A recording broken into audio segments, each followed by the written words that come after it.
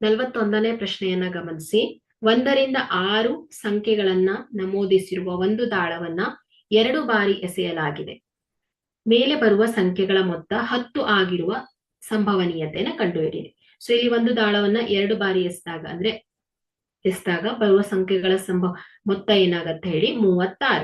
So n of S.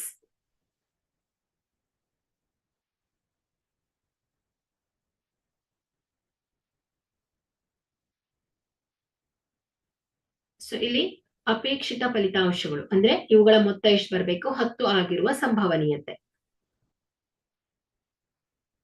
ಈ ಎಷ್ಟು ಬರುತ್ತೆ ಹೇಳಿ? 10 ಆಗಿರ್ಬೇಕು. 4 6 5 5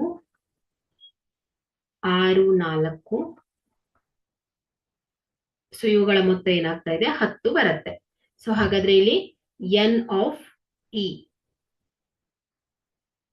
10 ಆಗಿರುವ ಘಟನೆಗಳು.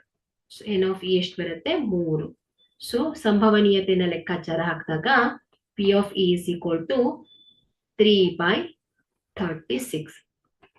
ಸೊ 3 1 3 12. ಸೊ 1/12.